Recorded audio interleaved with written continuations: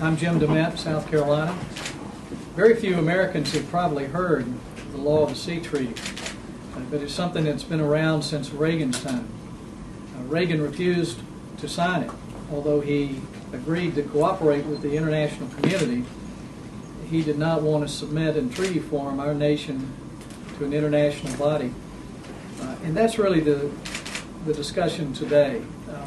We have seen with our involvement in the United Nations and other international bodies such as the World Court and even the WTO, that many times the countries that are in these organizations with us do not vote in the best interest of our country or sometimes even the world.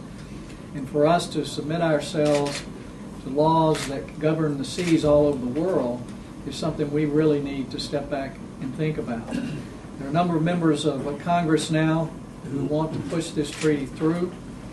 There are a lot of details in it that those who have come to hearings to testify, we found in questioning them, they have not read. And those of us standing up here today are opposing it and hoping that our leadership will not bring that to the floor. At this time, it's a bad time.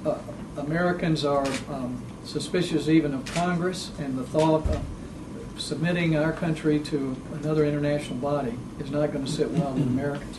One of the fighters of this treaty since the very beginning has been Senator Trent Lott. I'll let him lead off. Well, I've heard of the Law of the Sea Conference before, in the 60s, in the 70s, in the 80s, and this thing is back again. And I have opposed it throughout those years.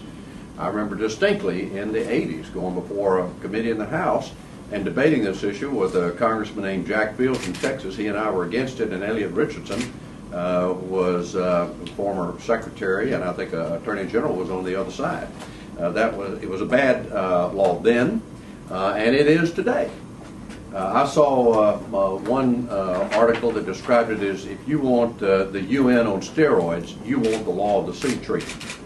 I just don't believe this is a good policy, a good treaty for our country.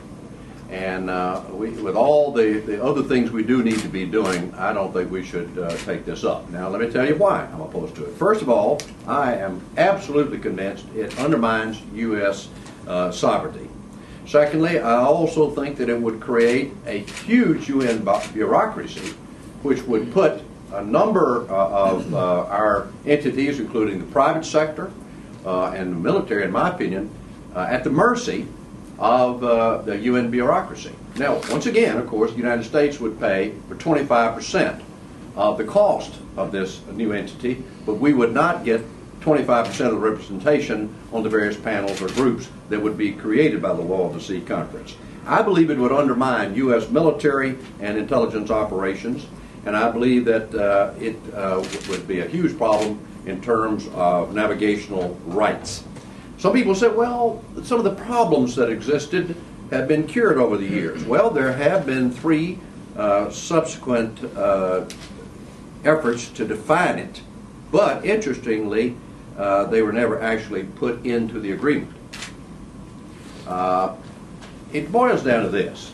When American businesses and industries invest time and money and effort for a discovery or for some sort of mineral or seabed discovery and want to make use of it, do we then want to have to turn it over to a UN bureaucracy who to decide who gets it and have it shared with the rest of the world, when we took the risk, paid the prices, and then we're going to have to let some bureaucracy decide what we get to do with it? And also, while they say it won't affect our military, the military is not defined in the language, and I think there are real risks there. As a matter of fact, one of my favorite naval officers is now the chairman of the Joint Chiefs. And Admiral Mullen, when he was, let's see what his position was now, when he was vice chairman of naval operations, he acknowledged the possibility that a Law of the Sea Conference could rule adversely and harm U.S. operational planning activities and our security. This is a bad treaty. We shouldn't even take it up. I urge the administration to drop its discussion of it. And let's deal with other issues that would be more pressing and more important for our country. Just make a couple of comments.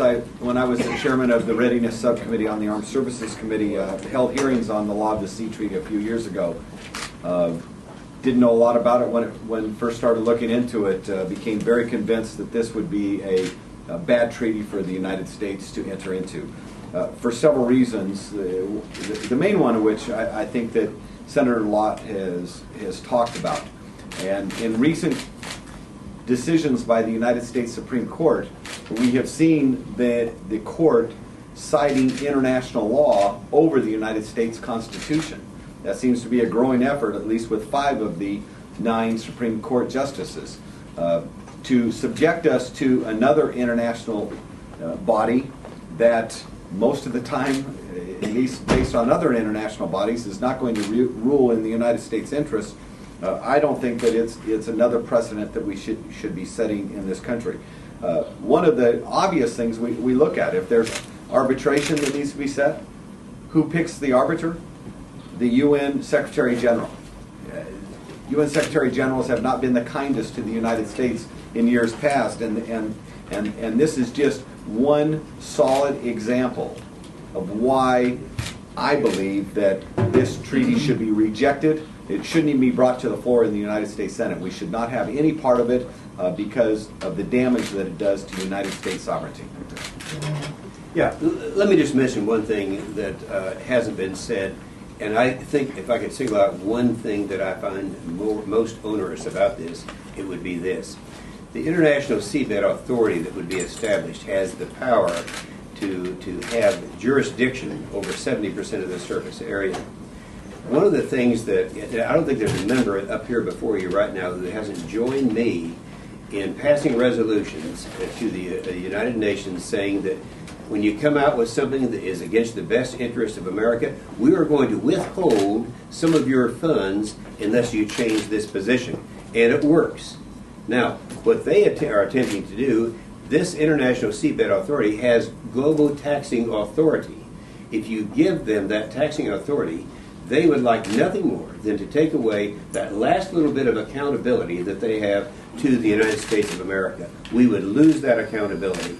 I would also say that this came up in '04, and it passed at the committee in the Senate by 16-0. It was unanimous, and it was almost passed until a few of us here, those you're looking at right now, insisted on having hearings for the Senate Armed Services Committee, the Environment Public Works Committee, and some of the other committees. So I join my comrades here, my fellows, in saying that there's no better time than the 62nd birthday of the United Nations to say, no, we don't want it.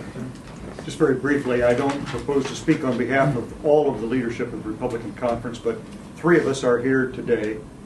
Senator McConnell just told me on the way up that be sure to mention his opposition as well. I don't know of any member of the Republican leadership that supports this treaty, and would suggest that, as with some of the other treaties that some liberals thought were a great idea to bring up, this treaty will not be adopted.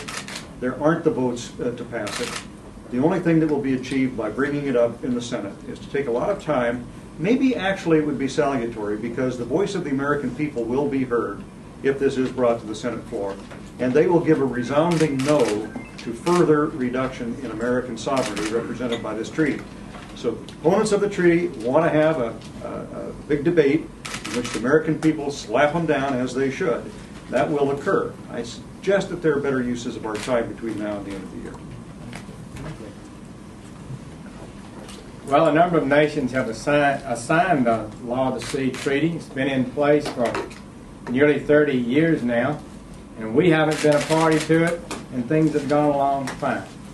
I don't think it's necessary that we submit ourselves to this international body. We want to cooperate in matters of international law and seas and work in a respectful way with the international community. But the United States is different in the scope and size and importance of our military and commercial presence throughout the world, and to constrict ourselves and submit ourselves to a group of people that we have no power to elect or remove from office would be unwise, and I would oppose that, and I think it will fail. I would note that I remember when it last came up, I talked to then Majority Leader Frist, and He studied it and refused to bring it up, and that's why we didn't vote on it a number of years ago. But if it's brought up this time, I'm convinced, as the others have said, it will fail, and it's not good policy for the United States.